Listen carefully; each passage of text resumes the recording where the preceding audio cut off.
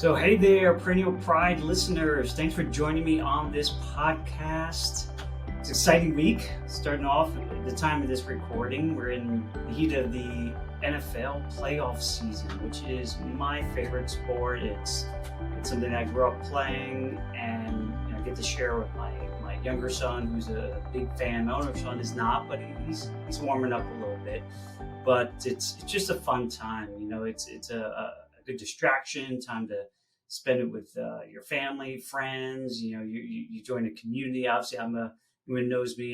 Came from the Philadelphia area, so I'm an Eagles fan, even though we don't have the best reputation. But it's just because we just love our sports, and the fan base is just so supportive, but can be harsh when things aren't going our way. But it's just they bleed the sports teams in that area. I just love it, and it's just become a part of who I am, and love to get to enjoy it with friends and family, and get a distraction from life. Life can be challenging from time to time, for sure. And I love to make parallels between sports and life, and certainly our personal finances. And so when I was reflecting on this a little bit more, I'm thinking about football and the game of football. It sort of matched up very cleanly to the game of finance that we all play, which is there to help support us to make the most out of our lives and the game of life, really.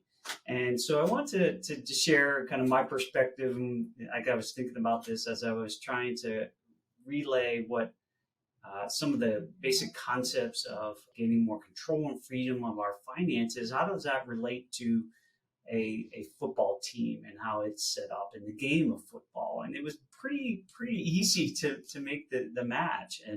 And so I want to share a little bit about that, and hopefully it gives you some insights of certainly how I think about finances as a whole. And it can get complicated, but in a lot of respects, it's there's a lot of fundamental, basic things that I think are easy to comprehend and put in place. And yes, they take some discipline, but I don't think they're overly complicated.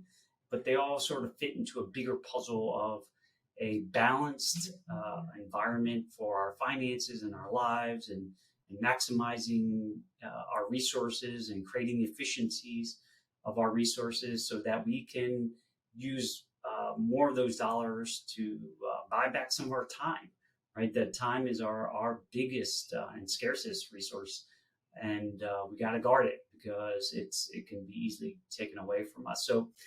So I want to start off with explaining this from the defensive side of the ball. Obviously, in football, we talk about offense, defense, and special teams. Usually that's when you ask a coach kind of what their keys to success are. It's getting that balance, right? There's all these facets of the game of football, and same with our personal financial lives. There's different facets of it. Some people may be very specialized in investments and growth, while some are very centered into the insurance side of the house. And certainly there's a lot of experts involved that may play a role in helping you think through and empowering you to make the most of your finances. So let's start on the defensive side of the ball. When I think about defense, it is set up and we think about from football, we're trying to prevent others from scoring, right? We're trying to protect our territory, protect our side of the ball, and protect our wealth. And what I equate to personal finances, there are a lot of pressures and entities trying to get some of our money. Where money is sitting, people are going to try to get at it, and not in all bad ways, right? They're providing some services and such, but when we think about it, the way that our money's positioned, there's a lot of people trying to get at it. And when I think about it, it can be anything from obviously corporations, right? They want to buy their things and they kind of hook us into their worlds, and we continuously buy from them, right? Or taking our money, and we're offering and giving it. But certainly there are strategies they're deploying to make it easier for us to let go of our funds. And then you have the world of finance that surrounds all of us and becomes just part of daily life and what finance is about. Talking about banks, financial institutions, and the biggest one, certainly from a government perspective, the IRS and taxation. So, these are big areas that, we have come to just assume they're a part of our lives. We just have to grin and bear it and, pay our fair share. Well, when we look at a lot of the traditional and typical financial advice, it's telling us to store money for money that we can't use for decades from now. We, try to pay down our mortgage as fast as possible. What I've come to realize is that there are a lot of areas where we're losing a lot of money, and sometimes it's not even easy to detect. It's kind of going under the radar. Think about it from where you store your dollars. Yeah, and this time when I'm recording this, interest rates are a little higher, but typically they're very low. Banks will give us very little to store our wealth in their coffers, and then they're going out and loaning it to our neighbors or somebody else for a much higher rate of return, and basically keeping money moving and using our money that we're basically, if we can even keep up with inflation with that, we're losing money each and every day we store it there. And then when we need to get money, we borrow from them, from the financing source. So we're giving up those dollars. So it's just always staying open-minded about how can we potentially do things differently. And then when we think about it from, financial institutions, they're what people think about when we think about finance, right? It's the investment side, whether you have assets that are being managed and being charged fees over long periods of time as your assets are growing. That can make a substantial dent in what your assets can be. When you look at it, even just a 1% sort of fee tied to your assets, if it's growing and you're contributing over long periods of time, it could erode up to 25% of what your assets could be, and that's real money. So it's something to be mindful of and be careful of, and make sure that where you're spending your money in search of fees or even insurance, that you're getting what you expect out of it. You understand the value you're getting out of it, because it could add up pretty seriously. And certainly, when we think about taxation, which is the biggest expense we all face in our lifetime, it is extremely expensive. And most people are thinking they have no really control of what that amount looks like. But it just requires you to take a little open mind of exploring, because there's a lot of ways that the government sends people to do certain things, like start a business, buy real estate, donate, whatever this situation, buy life insurance, protect your family, save for retirement. These are all things the government's incenting us to do that can help you reduce your taxes. And so this is the defensive side of the ball to prevent others from grabbing our wealth and scoring, if you will, and using our money to do it. So there's a host of ways, and just take some deeper dive and looking into. And I have a book, a short little ebook I wrote that calls Wealthy Eroders, and it's somewhere gives you some idea of where some dollars may be slipping from our world that you could potentially recoup. Now, on the other side of the ball is the offensive side of the ball. And obviously that's the more exciting. It's growing our wealth, but it starts primarily with, just like in football, when you're thinking about football, the offensive line, the people who are protecting our skilled players, our quarterbacks, running backs, receivers. If you don't have strong protection in place, you're going to expose your team to losses and sacks and losses for yardage, because you've got a weak foundation, which the offensive line, the lines are the foundation. And so those are protections on your assets, like property and casualty, or protection against your life and health, and then certainly estate planning. These are all protection arms to it. And so we just got to make sure that that's solid and is protecting your assets at the highest level. And I am a big proponent of maximum protection of those, because it really could cause some serious damage if any of those things were to happen in your life, and it would prevent you from actually building wealth much. So, and certainly anyone who's watching any football, when that offensive line is leaks throughout, the whole offense basically is going to be challenged to be successful. Now, when you have the protection in place, right, it is the offensive line. Then you have kind of your core sort of offense is getting the ball moving, right? You have some core plays, running plays, and maybe some short passes that are probably lower risk and can likely lead to at least some gains. You're not going to make these massive big plays and such, but they're lower risk and let your ball moving, let your ball stay moving. And that's what I equate to saving. We all have to save money. We have to spend less than we make. That's the mantra. But saving money somewhere consistently, that money that is accessible, liquid, and doesn't lose.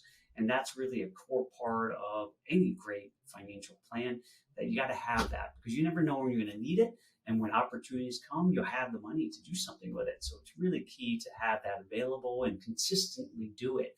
And so that will build and allow your wealth to continue to kind of move forward, and then give you the opportunity to take some shots when needed. And so that's a cool piece of it. And you got to know, obviously we talked about banks and maybe you'll store some money there, but opening up your minds to other alternatives to save money in places that can be more productive. In our places, using specially designed whole life insurance policies that are focused primarily on cash building.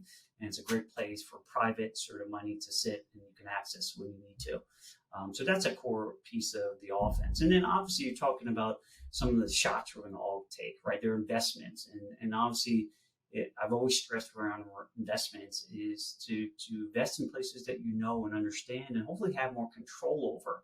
That will mitigate some of the risk, right? Whether it be some of your business, your personal development, real estate, things that you have more ownership and control. You're automatically pushed to invest in things that we don't control. And they're, like, say, the stock market. Most people don't even know what they're invested in. And to me, that's equivalent to taking some shots. And it might work out, but it also could easily drop pretty quickly, and you don't have a lot of control what happens with it. So at least having more of the assets you own in places that you can own and control and really understand better and actually have an interest in. It's fascinating to talk to folks who are investing in, say, wherever the 401k or even brokerage accounts, and they don't even want to look at their accounts because they don't understand it and they don't enjoy it. And I said that to me leads to less ownership of it and lack of monitoring it, because you got to know where you're invested. So, and like I said, there are always cases where you're going to maybe take some shots and risk, take some deep ball threats down the field and do some trick plays. And hopefully that's a smaller portion of what you're doing on the offensive side of your financial life. But because you've done those other things, you have the good protection, you have savings going on and investing in things, you can take some shots, right? Whether it's in crypto space or energy, whatever it is, but you can take them because you have your core pretty solid.